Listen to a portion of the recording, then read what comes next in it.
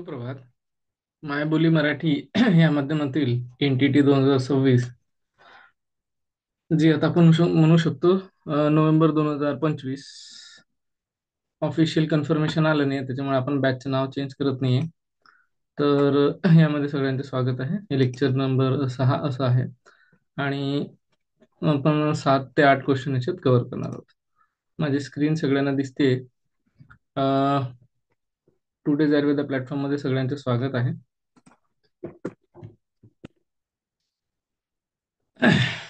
काही अपडेट्स आपण जाणून घेऊया. सुरुवातीला नेहमीप्रमाणे टेलिग्रामचं चॅनल ओपन करून आपण अपडेट्स क्विक 2 मिनिट्स मध्ये जाणून घेऊया.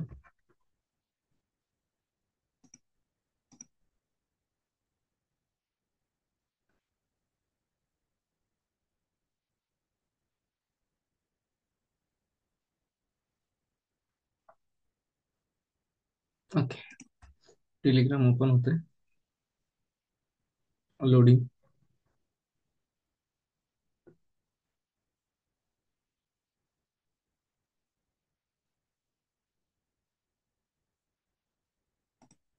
ओके.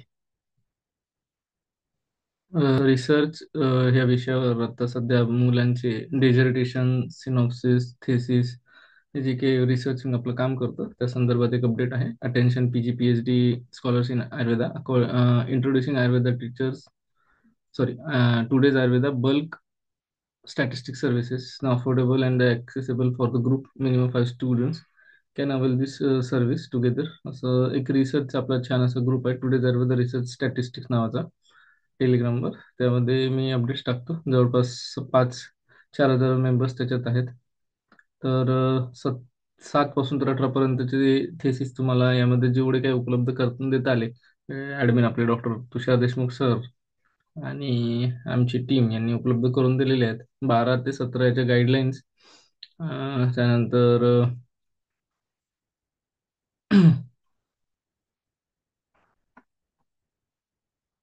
हे त्याचे बॅनर नवीन. Today's Ayurveda statistic service is live. Special offer for bulk student. Minimum 5 members get affordable fast professional statistical service. Statistical analysis, spelling थोडं चुकलेली आहे. Reports within 72 hours. Mentored by doctor Hiteshwar Lonare sir, that's me. 8793728305 हा माझा number आहे. PhD scholar Ayurveda Pune, certified biostatistics, accredited by institute of applied sciences NIN CCRS. So हे थोडंसं update होतं. ज्या विद्यार्थ्यांना करून घ्यायचे स्टॅटिस्टिक्स ते संपर्क साधू शकतात. त्यानंतर प्लेसमेंटमध्ये सुद्धा एक अपडेट आहे आपली. प्लेसमेंटमध्ये UP करिता क्रिया, रचना, रोगनिदान, कोमारभृत्य रीडर्स, क्रिया लेक्चरर, कोमारभृत्य lecturer, attractive regular and salary will be given. हे जे काही आम्हाला रिक्रुटरने सांगितलं त्या गोष्टी आहेत. रीडर 1.2, लेक्चरर 80 असे सॅलरी आहे. अपॉर्च्युनिटी आहे. लास्ट अपडेट 1:30 वाजता तो दुपारी. काल 2 अजून अपडेट होत्या की एक महाराष्ट्रातलं कॉलेज आहे त्यांना रीडर पाहिजे, क्रियाशील अगततंत्र, लेक्चरर, स्वस्थवृत्त, रसशास्त्र, पेशंटची कल्पना या विषयामध्ये. आणि गुजरात मधले ही अपॉर्च्युनिटी आहे. UP मध्ये ही अपॉर्च्युनिटी आहे. महाराष्ट्रामध्ये ही अपॉर्च्युनिटी आहे. ओके. आणि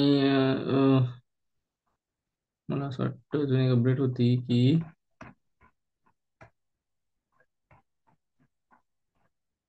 हे ज्यांना प्लेसमेंट सर्व्हिसेस द्यायचे ते NIA ची पण ऍड आलेली आहे. धुळ्यामध्ये एक ऍड होती, ती आता ओव्हर झालेली आहे, क्रिएशन लेक्चरची. ओके.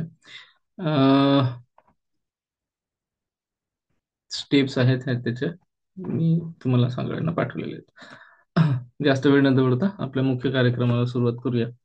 ते म्हणजे आहे NTT 2026 चे क्लासेस.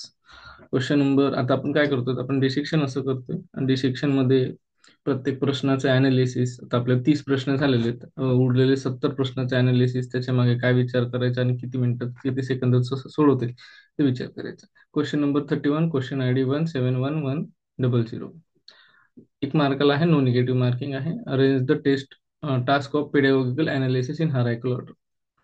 पेडॅगॉगिकल अनालिसिस जे कसं करायचं असतं त्याच्याबद्दल दिलेलं आहे. त्यांनी ऑप्शन दिलेले आहेत: instructional objective, Content analysis, evaluation system, methodology of the teaching. Choose the correct option from the options given below.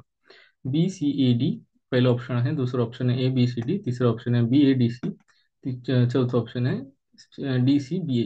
ह्या क्वेश्चनला आपण येलो आहे याच्यात, हे या क्वेश्चनला आपण चॅलेंज केलं होतं, त्यांनी ते चॅलेंज एक्सेप्ट केलं नाही. सो याच्यात काही करेक्शन्स आहेत आमच्याकडून. एक क्वेश्चन तर जे हरलॉकचा आन्सर आहे त्याचा मी स्वतः स्टकअप आहे, पण ह्या क्वेश्चनचे आन्सर मी सुद्धा करेक्ट केलेला आहे, आपल्या टीमने सुद्धा. In sub पेडागॉगिकल framework, B J आहे ते कंटेंट अनालिसिस मध्ये येतं. म्हणजे जेव्हा आपण करतो तेव्हा पहिल्यांदा कंटेंट अनालिसिस करतो. Teacher first look at the syllabus subject matter provided because in the schools and the colleges content is pre decided by the curricular planner. जे आपल्या बोर्डाच्या परीक्षा असतात त्याचं ऑलरेडी डिझायनिंग बोर्डचे लोक करत असतात, जसं पुणे बोर्ड, पुणे बोर्डात मी होतो. Before setting specific objective they must understand what content is here. त्यांनी ते सिलेबस पहिल्यांदा समजून घेणं आणि सब्जेक्टचं जे काही असेल ते समजून घेणं गरजेचं आहे. तर त्याला काय म्हणतात, कंटेंट अनालिसिस, जे की आपण सुद्धा करतो. जसं आता एनटीटीचे कंटेंट आहे तो आपण सुद्धा अनालिसिस करतो. त्यानंतर दुसरं आहे इन्स्ट्रक्शनल ऑब्जेक्टिव्ह.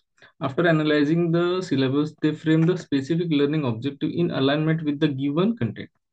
त्यानंतर काय करतात ते की त्याचे specific objective, learning objective define करतात. त्याला म्हणतात इन्स्ट्रक्शनल ऑब्जेक्टिव्ह. ठीक आहे. त्यानंतर methodology of teaching, then the plan how to teach this content and active achieve objective.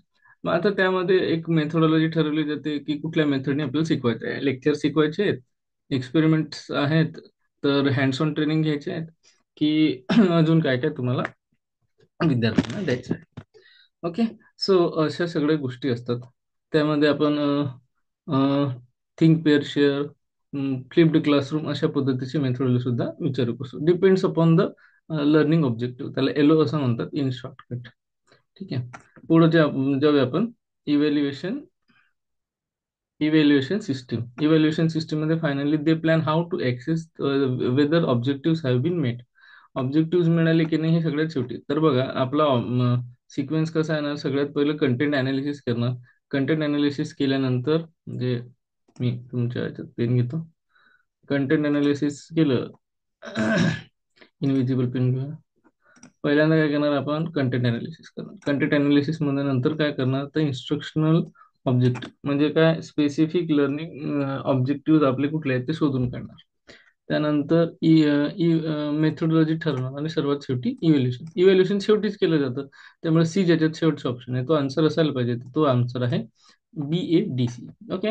म्हणजे आपल्याला जर क्वेश्चन वाचला एवढं जर लक्षात आलं याच्या मागे काय थिंकिंग आहे, तर तुम्हाला आन्सर किती सेकंदात मिळतो, तर 40 to 50 seconds मध्ये you can analyse the question and you can put the answer there. अगदीच कॉन्फिडन्स नसेल तर तुम्ही फॉर रिव्ह्यू मधून सुद्धा टाकू शकता. तर अशा पद्धतीने या प्रश्नाचं उत्तर आपण सोडवलेलं आहे. आणि हे प्रश्नाचा प्रकार आहे सिक्वेन्सिंग. मध्यम डिफिकल्टचा क्वेश्चन आहे. अभ्यास तुमचा चांगला असेल तर हे प्रश्नाचं उत्तर सोडू शकता. ठीक आहे.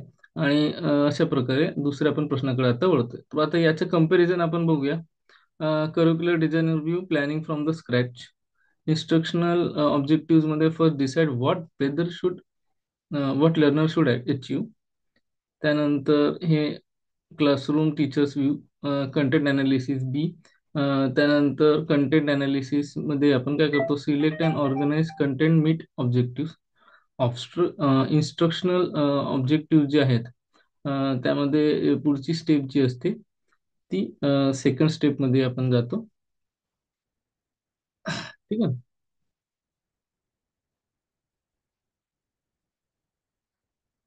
हम्म. ते मला वाटतं हे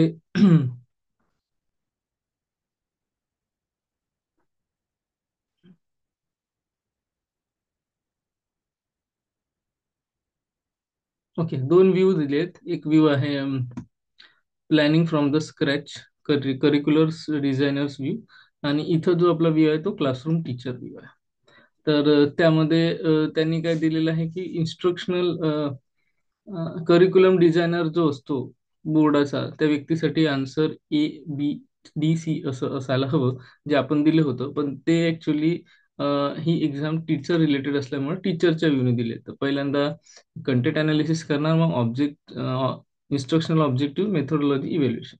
पण जे आपण जर पॉईंट ऑफ व्ह्यू बघितला करिक्युलम डिझायनरचा, तर तो पहिले काय करणार, instruction objective first decide what learner should achieve. म्हणजे जर मी पेपर सेटर असेल किंवा सिलेबस सेटर असेल, तर मी सर्वात पहिले काय करणार, एक गोल सेट करणार, त्याच्यानुसार कंटेंट डिसाईड करणार. त्यानंतर मग त्याला कुठली ते मेथडॉलॉजी वापरता येणार, फ्लिप क्लासरूम की थिंक पेअर शेअर, की डायडॅक्टिक लेक्चर्स, की एक्सपेरिमेंट.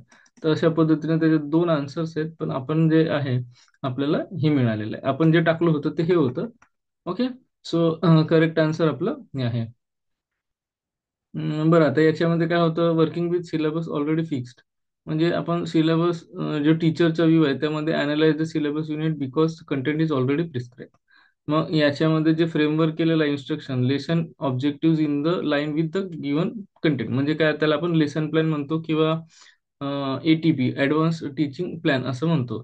त्यानंतर ज्या टीचिंग एड्स वगैरे कुठल्या वापरायचे, जसं आता मला इथं झूम मीटिंग वापरायची, मला क्विज वापरायची आहे, क्विजचे असाइनमेंट्स वापरायचे, सब्जेक्टिव्ह पेपर, ऑब्जेक्टिव्ह पेपर, हे इव्हॅल्युएशन मध्ये आहे ना. अशा पद्धतीने आपला पहिला प्रश्न संपलेला आहे. सेकंड क्वेश्चन कडे जाऊया. क्वेश्चन नंबर 32, क्वेश्चन आयडी आहे 171068. Who said the educational psychology describe and explain the learning experiences of an individual from the birth through old age. Sorry, birth through old age. तर आपल्याला सायंटिस्टची नावं दिलेत, याच्याबद्दल आम्ही एक ह्या एक्झाम मध्ये ऍक्टिव्हिटी करणार आहे, ती म्हणजे सगळे सायंटिस्ट आणि त्यांचे कॉन्ट्रीब्युशन टू द हे. आता लवकरच मी ती PDF लोड करणार आहे, जे कुठले आपले विद्यार्थी आहेत त्यांना ऍक्सेस मिळेल. तर सगळे जे सायंटिस्ट आहेत त्याचं लिस्ट आणि त्यांचं कॉन्ट्रीब्युशन असं दुपारपर्यंत आपण सर्व विद्यार्थ्यांना अपलोड करणार आहे. आता मला वाटतं हे 6वं लेक्चर आहे. तीन उरलेल्या लेक्चर्स मध्ये भरभर भरभर थोडे मोठे लेक्चर्स असतील, त्यामध्ये मी हे सगळं सिलेबस कव्हर करणार आहे. BF Skinner, LD Crow and Alice crow, GB Watson, L sorry ML beach and VP Hunt. तर अशा पद्धतीने त्यांनी 4 सायंटिस्टची नावं दिलेली आहेत. त्या सायंटिस्टचे नावं तुम्हाला कुठे मिळतील, तर एज्युकेशनल सायकोलॉजी. बरं, हे आपण जे शिकवलेलं याच्यामध्ये होतं का, तर होतं. बऱ्यापैकी मी प्रश्न उत्तर स्वरूपात तयार केले होते. सेट नंबर 9 आणि सेट नंबर 10 जर तुम्ही बघितलं तर एज्युकेशनल सायकोलॉजीचे MCQ चे, त्यामध्ये हे प्रश्न होते. पण विद्यार्थ्यांना थोडं जरा अजून चांगलं द्यावं ह्या उद्देशाने आपण सगळे सायंटिस्ट एकाच लिस्टमध्ये काढणार आहे, जसं आपण टर्म केलं. मग ते कदाचित 200 300 वॉट एव्हर जितके सायंटिस्ट येतात तिसं त्याच्यावर वर्क चालू आहे. तर BF Skinner, LD crow, Alice grow, Watson, JB Watson, ML big and MP Hunt, along with त्याच्या ज्या निमोनिक्सच्या ट्रिक आहेत त्या सुद्धा आम्ही तुम्हाला प्रोव्हाइड करू. म्हणजे 100% रिझल्ट और 100% refund in 100 days with 100% effort from student and faculties. In the educational psychology section, the following quote is clearly attributed to the education and the psychology describe and explain the learning experiences from an individual from birth through the old. म्हणजे आजन्म तो शिक्षकच असतो, आजन्म तो विद्यार्थीच असतो, असं त्यांचं म्हणणं आहे. तर ते आहे LD क्रो अँड व्हॅलिस क्रो. क्रो म्हणजे आपण कावळा म्हणतोय. कावळा हा दूरदर्शी असतो असं आपण लक्षात ठेवूया. दूरदर्शी म्हणजे जन्म आणि मृत्यू. किंवा असंही लक्षात ठेवा की जेव्हा बाळ जन्माला येतं तेव्हा त्याच्यात आत्म्याचा प्रवेश होतो. जेव्हा आत्म्याचा प्रवेश होतो तो आत्मा कुठून तरी येतो, म्हणजे काय होतं की त्या आत्म्याचा प्रवेश होतो. दुसरं जे आहे, जेव्हा तो मरतो तेव्हा त्याला पिंडदान असं म्हणतात ना, पिंडदानाच्या वेळी कावळ्याला विशेष महत्व आहे. तर अशा प्रकारे पण लक्षात ठेवू शकता की जन्म आणि मृत्यू ह्या दोन्ही पर्यंत चालणारी जी प्रोसेस आहे ती कावळ्याच्या याने होते. तर क्रो हा इंग्लिश मधला वर्ड आहे आणि त्याला आपण मराठीमध्ये जेव्हा कन्वर्ट करतो त्याला कावळा असं म्हणतात. काकश प्रसन्नचं मराठी चित्रपट सुद्धा आहे, तर असं तुम्ही रिलेट करू शकता, हे जर लक्षात ठेवायचं असेल तर. माझी जी मेथड आहे त्यामध्ये मी ज्या गोष्टी असतात बारीक सारीक गोष्टी आपल्या आयुष्याशी कोरिलेट करतो, जे जे गोष्टींमधला माहिती आहे, तर मग त्याला निमोनिक्स आणि फिजिओलॉजी ऑफ लर्निंग असं म्हणतात. मी एक लेक्चर छानसं असं घेणार आहे, त्या फिजिओलॉजी ऑफ लर्निंग तुम्हाला सांगणार आहे की कशा पद्धतीने आपण त्या छोट्या छोट्या गोष्टी लक्षात घेऊ शकतो. आता हे जे त्याला स्टडी मटेरियल आहे, ते डेफिनेशन कुठं आहे तर definition in the scope of educational psychology हे एक्झॅक्टली त्याच्यात दिलेलं आहे. अशा प्रकारे आता दुसरा प्रश्न संपला. तिसरा प्रश्न question number 33, question I D 171033. Time बघूया, 7 o'clock. It's 7 o'clock. Okay. Arrange the following positive discipline. आता हा जो प्रश्न होता, हा प्रश्न कुठल्या कॅटेगरीचा होता? हा प्रश्न जो होता तो इझी कॅटेगरीचा होता. आणि दुसरं जो होतं की याचा टाईप जो होता तो जो आहे, एखादं स्टेटमेंट दिलेलं आहे, त्या स्टेटमेंट संदर्भातचं कुठल्या व्यक्तीने म्हटलेलं आहे, ह्या स्वरूपाचा क्वेश्चन होता. प्रकारचे प्रश्न 2025ला खूप झालेले. 24ला या प्रकारचे कुठलेही प्रश्न असे याचं नव्हते. 33 कडे जाऊया. Arrange the following positive discipline techniques and the instructors can use the foster positive discipline among the student in a correct sequence. परत प्रश्न आहे सिक्वेन्सिंग. परत प्रश्न आहे सिक्वेन्सिंग. सिक्वेन्सिंग आलं की नॉलेज विथ प्रिसिजन लागतं, तुम्ही चुकून चालत नाही. आता पहिला प्रश्न वाचून घेऊया आणि इथं सोडवण्याचा प्रयत्न करूया, नंतर आपण पुढे बघूया. Set objectives toward the start of the class. Set the classroom rules toward the beginning of the year. Proper conduction thought ought to be fortified. Give learners various decisions. Okay. So याचं answer आपल्याला त्यांनी शिकवून दिले ACDB. दुसरं answer दिले BACD. तिसरं answer दिले ADBC. चौथं आन्सर दिले ABDC. तर जर आपण याचं बघितलं गेलं classroom management and positive discipline स्ट्रॅटेजीच्या याच्यामध्ये, तर त्याचं आन्सर येतं BADC. तर करेक्ट आन्सर आहे, सॉरी, BA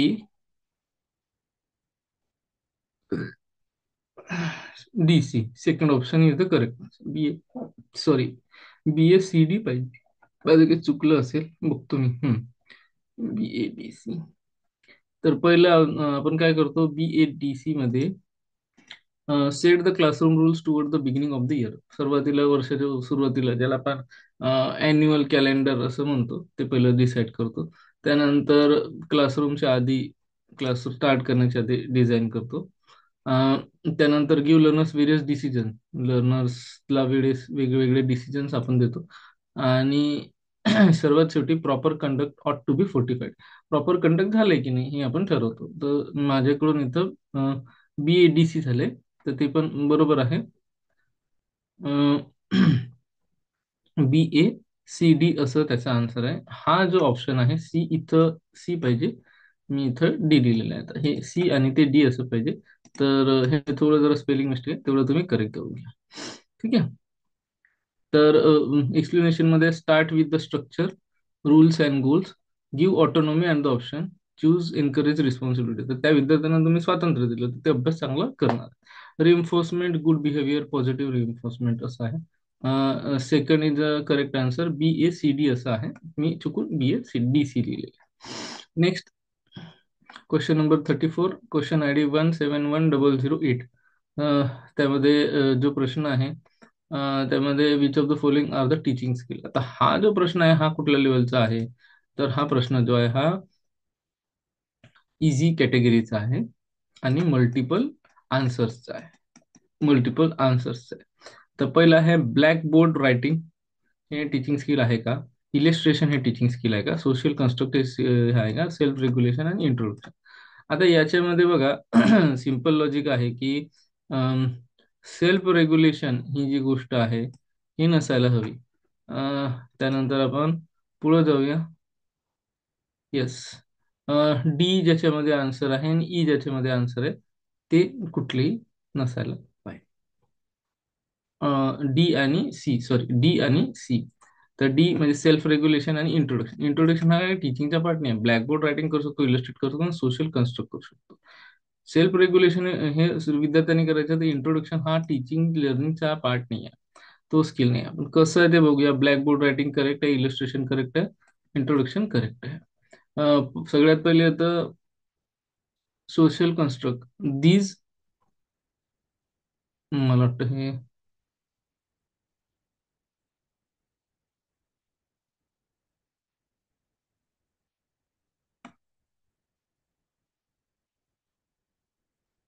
मला वाटतं अजून एक पॉइंट आहे, तो नाही आहे, तो म्हणजे सोशल कन्स्ट्रक्ट. सोशल कन्स्ट्रक्ट हा नावाचा जो प्रकार आहे तो नाही आहे. इंट्रोडक्शन जे आहे ते येतं, कारण की इंट्रोडक्शन, सॉरी मी मग चुकीचं बोललो. इंट्रोडक्शन जे आहे तर ते टीचिंग मध्ये आपण सगळ्यात पहिले कुठलेही टॉपिक सुरू घ्यायचे असलं तर एक सामान्य माहिती सांगत असतो, त्याला इंट्रोडक्शन असं म्हणतात. म्हणजे ब्लॅकबोर्ड रायटिंग, इलस्ट्रेशन आणि इंट्रोडक्शन या तीन गोष्टी आहेत. कुठल्या नाही आहेत तर ते बघूया, सेल्फ रेग्युलेशन आणि सोशल कन्स्ट्रक्ट. सोशल कन्स्ट्रक्ट कसं नाही आहे ते बघा. In this refers to the concept framework in the sociology and education. ते टीचिंग स्किल मध्ये येत नाही, ते कॉन्सेप्च्युअल फ्रेमवर्क मध्ये येतं. Self regulation, this is a learner's metacognitive skill, not a teaching skill. ते कशा आहे, मेटा कॉग्रेटिव्ह स्किल आहे. मेटा कॉग्रेटिव्ह स्किल कोणाचं, विद्यार्थ्याचं म्हणजे लर्नर्सचं. अशा प्रकारे आपलं आन्सर आहे A B and E only. याला आपल्याला मटेरियल पण मिळालेलं आहे, त्याला म्हणतात मायक्रो टीचिंग सेक्शन मध्ये. Teaching skill include the introduction of the lesson, illustration with example, use of blackboard, questioning, explanation, reinforcement आणि क्लोजर. कशामध्ये, मायक्रो टीचिंग. मायक्रो टीचिंग मध्ये काय असतं, पाच पाच सहा सहा विद्यार्थ्यांचा ग्रुप घेऊन त्यांना एक वेगळं शिकवण्यात येतं. हे जनरली तुम्ही पीजी जेव्हा करत असता तेव्हा आपण हे करतो, की पाच पाच सहा सहा विद्यार्थ्यांना शिकवायचं. मग ती स्किल आपण डेव्हलप करतो, मग 100, मग 200, मग 1000, मग 5000 एका टाइम लेक्चर घेऊ शकतो. क्वेश्चन नंबर 35 मला वाटतं शेवटचा क्वेश्चन घेऊया आपण, किंवा बघू, लेट्स सी. तर यामध्ये परत हा सिक्वेन्सिंगचा प्रश्न आहे, मीडियम डिफिकल्टीचा क्वेश्चन आहे. क्वेश्चन आय डी आहे 171076. Psychology as a science of soul, psychology as a science of mind and consciousness and science of behaviour. म्हणजे याच्यात त्यांनी दोन क्वेश्चन कंपेअर केलेत, सिक्वेन्सिंग आणि सिक्वेन्सिंग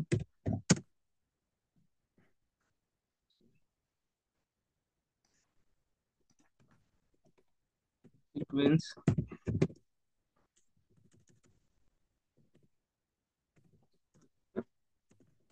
क्लोज डिस्ट.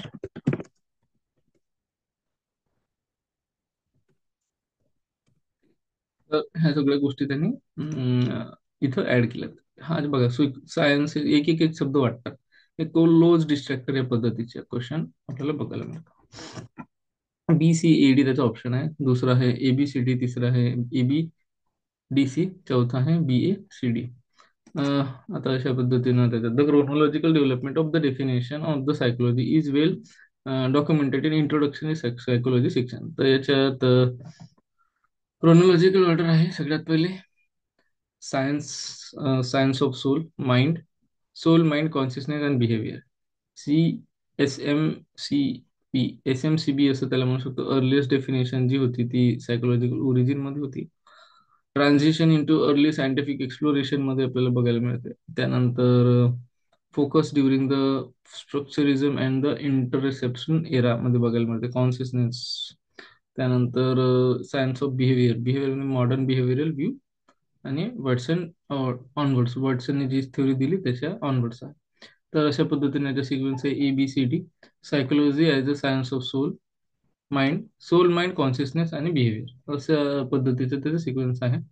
एक्सप्लेनेशन आपल्याला बघायला मिळतं, हे आपले एक्झॅक्ट वर्ड्स बघायला मिळतात वॉटसन यांचे वर्ड्स काय, the concept of psychology evolve from being a study of soul, mind, to consciousness and finally to the behaviour as defined by the behaviourist. कोण बिहेवियरिस्ट आहे, जे बी वॉटसन. तर जे बी वॉटसन नावाचे जे सायंटिस्ट आहेत त्यांनी याच्याबद्दल माहिती दिली. सगळे सायंटिस्ट आपण एकत्र काढणार जेणेकरून पुढच्या बॅचेससाठी चांगलं होईल. मागच्या वेळेस हे क्वेश्चन आन्सर स्वरूपात होते, पण आता हे आपण विशेष पद्धतीने देणार आहे. जसं आपली युएसपी होती टर्म्स, तसं पण आता सायंटिस्टच्या एनलिस्टिंग करणार आहे. 36 नंबरचा क्वेश्चन बघून घेऊया. Which of the following is not included in the portfolio. आता याच्यामध्ये हा प्रश्न जर बघितला तर हा कुठल्या पद्धतीचा आहे, नॉट आहे. नॉट आहे म्हणजे काय, निगेटिव्ह स्टेम, निगेटिव्ह स्टेम ह्या पद्धतीचा तो प्रश्न आहे. कुठल्या प्रकारचा प्रश्न आहे आणि त्याच्यावरून आपण ठरवतो की हा पहिले सोडवायचा की नंतर सोडवायचा. याच्यासाठी मी आयडेंटिफाय करणं शिकवतो. निगेटिव्ह स्टेम प्रकारचे प्रश्न आणि असे प्रश्न पटकन सोडवता येतात, आपल्याला जास्त लॉजिकली विचार करायची गरज पडत नाही. Which of the following is not included in the portfolio? Well stated objectives, criteria to be used, guideline for the inclusive material, biased selection of pieces of work. आता याचं सिम्पल आहे की फोर्थ क्वेश्चन जे आहे हा त्याचा जिथं biasness आली पीसेस ऑफ वर्कमध्ये ते आपण यूज करत नाही आहे. पुढं जे आहे ते आहे आपण बघूया. By selection of pieces of work जे आहे हे क्लिअर कट दिसते, हे सिम्पल लॉजिकल गोष्ट आहे. This contradict to the core purpose of portfolio which emphasises fairness, objectivity, comprehensive representation of the learning process. तर हे आपल्याला बघायला मिळतं. प्रश्न क्रमांक 37 हे आपण चॅलेंज केलेलं होतं मला वाटतं, पण हे पण ऍक्सेप्ट केलं गेलं नाही. आपल्याकडून चूक होती, आपण दुरुस्त करून घेतली. आपली फक्त हार्लॉक ही क्वेरी जी आहे त्याला मी धरून ठेवतो, बाकी सगळ्या क्वेरीज मी डिस्कार्ड करतो. Which of the following are pedagogical approaches? Constructivist, collaborative, cognitive. आता हा पण प्रश्न मल्टिपल आन्सर स्वरूपाचा आहे, डिफिकल्टी याची लो आहे. सोप्पा आहे, वन लाईन. तुम्हाला जर हे सगळे शब्द माहिती असतील तर तुम्ही याची लिहू शकता. त्यामुळं आपले जे काही नो USP आहे काय हा, ते 11,000 टर्म्स या तुम्ही वाचायला सुरू करा. ते वाचल्यानंतर हे थोडे थोडे थोडे गोष्टी तुम्हाला समजतील. डिक्शनरी सारखं आहे. 11,000 वाचले तर तुम्हाला बऱ्यापैकी सगळ्या गोष्टी. Constructivist, collaborative, cognitive, non reflective, inquiry based learning. Choose the correct answer from the options given below. ACE, ABE, CDE, BCD. तर याच्यात कुठले आहेत साधारणतः कन्स्ट्रक्टिव्ह सॉरी पेडागॉगिकल अप्रोचेस? सगळ्यात पहिले आहे कन्स्ट्रक्टिव्हिस्ट. Yes, constructivism is a well-known pedagogical approach where the learners build a knowledge actively.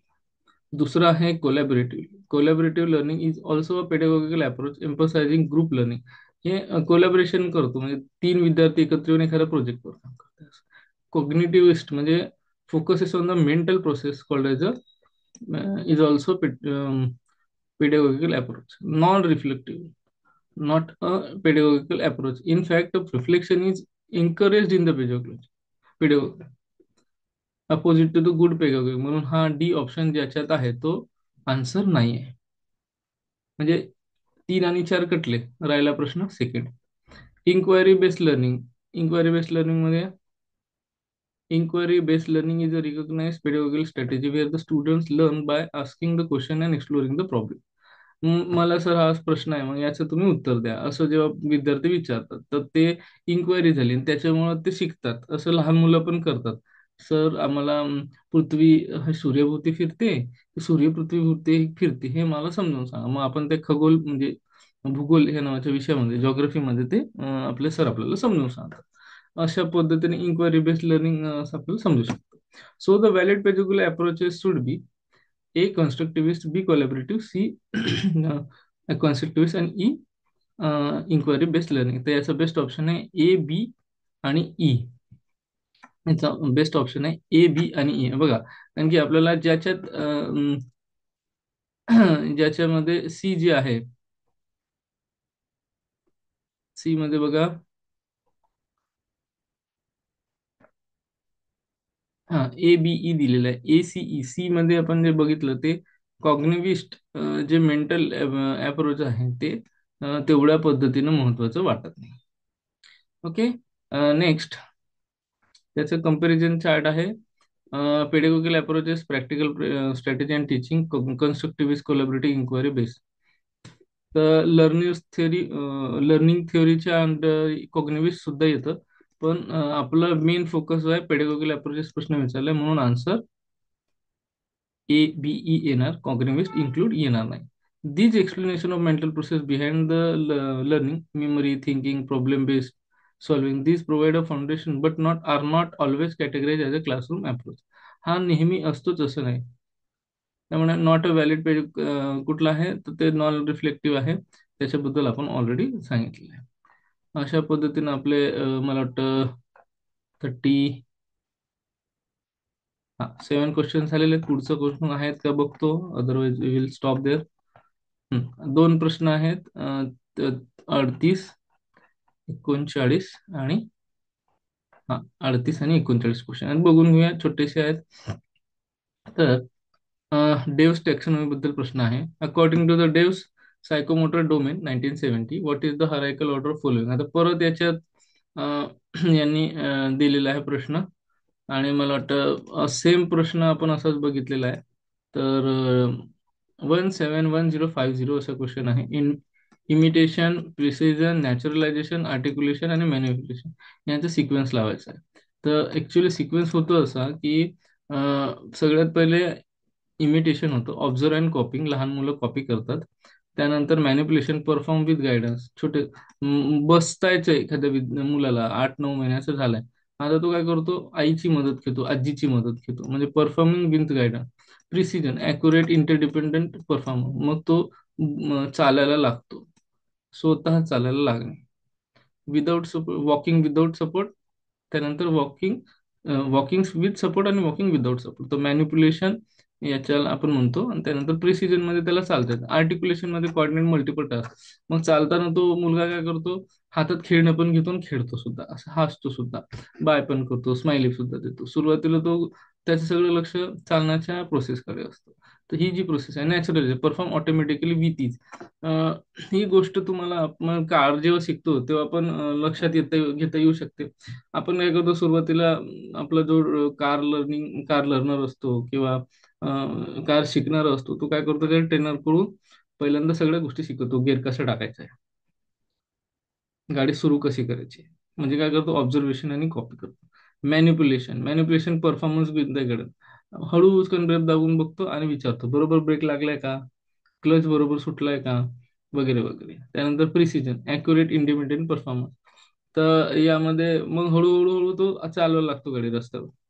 त्यानंतर आर्टिक्युलेशन, coordinate multiple, गाडी पण चालवतोय, हॉर्न पण देतोय, मिरर पण ऍडजस्ट करतोय, मागे पण बघतोय, रिव्हर्स करताना पार्किंग मध्ये व्यवस्थित फॉर्म करतो, म्हणजे कॉर्डिनेटिंग मल्टिपल स्किल्स. त्यानंतर आहे नॅचरलायझेशन, परफॉर्मिंग ऑटोमॅटिकली विथ इज, म्हणजे गाडी चालवताना मोबाईलवर पण बोलू शकतात, लाऊडस्पीकरवर, जे गाडीचे स्पीकर्स असतात त्याच्यावर, म्हणजे काय तुम्हाला सगळं येते, गाडी चालवता येते, समोर बघता येतं. त्यानंतर ब्रेक्स, क्लच, ह्या सगळ्या गोष्टी बघतात. अशा पद्धतीनं ही जी प्रोसेस असते, इमिटेशन, मॅनिप्युलेशन, प्रिसिजन, आर्टिक्युलेशन आणि नॅचरलायझेशन. तर याचा सिक्वेन्स असा आहे, सगळ्यात पहिले इमिटेशन, त्यानंतर आर्टिक्युलेशन, त्या सॉरी मॅनिप्युलेशन, त्यानंतर आर्टिक्युलेशन, त्यानंतर नॅचरलायझेशन. पेन घेऊन सांगतो. सगळ्यात पहिले इमिटेशन, त्यानंतर आर्टिक्युलेशन, सॉरी, सॉरी, त्यानंतर मॅनिप्युलेशन, मॅनिप्युलेशन नंतर प्रिसिजन नंतर आर्टिक्युलेशन, आणि सर्वात शेवटी नॅचरलायझेशन. अशा त्या सिक्वेन्स आहे. पेन मी डायरेक्ट घेऊन सांगतो, म्हणजे 1 नंबरला इमिटेशन, 2 नंबरला मॅनिप्युलेशन, 3 नंबरला प्रिसिजन, आणि त्याच्यानंतर आर्टिक्युलेशन 4 नंबरला, आणि नॅचरलायझेशन ही फायनल स्टेप. ठीक आहे, अशा पद्धतीनं आपला हा प्रश्नाचं उत्तर सुद्धा सुटलेला आहे. आणि हा प्रश्न जो आहे, हा हरायकल ऑर्डर म्हणजे सिक्वेन्सिंग आणि थोडंसं जास्त डिफिकल्टीचा आहे. याच्याबद्दल सायन्स माहित असेल तर तुम्ही याचा आन्सर लिहू शकता, अदरवाईज नाही लिहू शकता. तर Deus psychomotor domain consists of the 5 levels arrangement from the basic observation imitation to the fully integrated automated performance that is called as a naturalization. आता आजच्या शेवटचा क्वेश्चन आहे 39. Match the following. Question number 1710. किती वाजले बघूया आपण. 7:20 होत आले. मॅच द फॉलोविंग आहे, त्यांनी memory level, list 1, list 2, memory level, understanding level, reflective level, dynamic level of autonomy. इकडे तासिनारी model, Morrison teaching model, Bigge Hunt teaching model आणि हॅरी बेल मॉडेल. तर त्या पद्धतीने आपण सायंटिस्ट काढणार आहे, त्या पद्धतीने टीचिंग मॉडेल सुद्धा वेगळे एनलिस्ट करून तुम्हाला त्याचे ट्रिक्स विक्स देणार ह्यावेळेस, along with audio books also. तर त्याचे करेक्ट कसं आहे, मेमरी लेवल कशाला मॅच होते, तर मेमरी लेवल जी आहे ती टीचिंग लेवल मॉडेलला मॅच होते. टीचिंग, सॉरी, मेमरी लेवल जी आहे ती हर्बेशियन मॉडेलला मॅच होते, म्हणजे 1 चा 4. त्यानंतर अंडरस्टँडिंग लेवल जी आहे ती मॉरिसन मॉडेलला मॅच होते, मॉरिसन. रिफ्लेक्टिव्ह लेवल जी आहे ती बिगी अँड हंट याला मॅच होते. आणि डी जी आहे डायनामिक मॉडेल ऑफ ऑटोनॉमी, ती टसिनारी मॉडेलला मॅच होते. परत एकदा बघूया. Memory level Herbartian model, understanding level Morrison teaching model, reflecting model Bigge and Hunt teaching model, आणि डी आहे ते डायनॅमिक मॉडेल ऑफ ऑटोनॉमी, तीस तासिनारी मॉडेल. अशा पद्धतीने आपले 39 प्रश्न संपलेत. आता पुढचं अनाउन्समेंट आपण, आजचं एक वेगळं अनाउन्समेंट आहे. आपण हँड्स ऑन सर्जिकल अॅनोरेक्टल ह्या स्वरूपाचे एक छानसं उपक्रम आज अनाउन्समेंट करतोय. उद्या गणेश चतुर्थी आहे, गणपती बाप्पाचं आगमन होतंय ह्या पावन मुहूर्तावर. आपण डॉक्टर श्रेयस गळत, आपले लाडके सर्जन फ्रॉम GSC नांदेड, यांच्या मार्गदर्शन अंडर तो सर्टिफिकेट कोर्स 1 सप्टेंबर 2025 पासून सुरू करते. त्याच्या ऑफिशियल अनाउन्समेंट आणि त्याच्या सीट्स, लिमिटेड अशा सीट्स असतील. जो काही सिलेबस असेल तो फेलोशिप अॅनोरेक्टल याचा असेल, आणि मोजक्या स्लाइड्समध्ये आणि मोजकी इन्फॉर्मेशन सर तुम्हाला देतील. सरांचा थोडक्यात परिचय: डॉक्टर श्रेयस गडद. मागच्या 6 ते 7 वर्षापासून ते सर्जरीची प्रॅक्टिस करत आहेत. ते आयडियल कॉलेज ऑफ आयुर्वेदा, जे माझं कॉलेज आहे त्या कॉलेजमध्ये असिस्टंट प्रोफेसर या पदावर आहेत. सर्जरी म्हणजे शल्यतंत्र ह्या विषयाचं अनन्यसाधारण महत्त्व आणि ज्ञान आपल्या मुलांना असतंच. त्यातल्या त्यात क्षारसूत्र, फिस्टुला, लेझर, ज्या ज्या ऑपरेशनची परमिशन BMS ग्रॅज्युएट्सला आहे, त्या BMS ग्रॅज्युएट्ससाठी हा सिलेबस आहे. PGचे विद्यार्थी सुद्धा याच्यात एनरोल होऊ शकतात, ज्यांना त्यांचे स्किल अपलिफ्ट करायचे आहेत.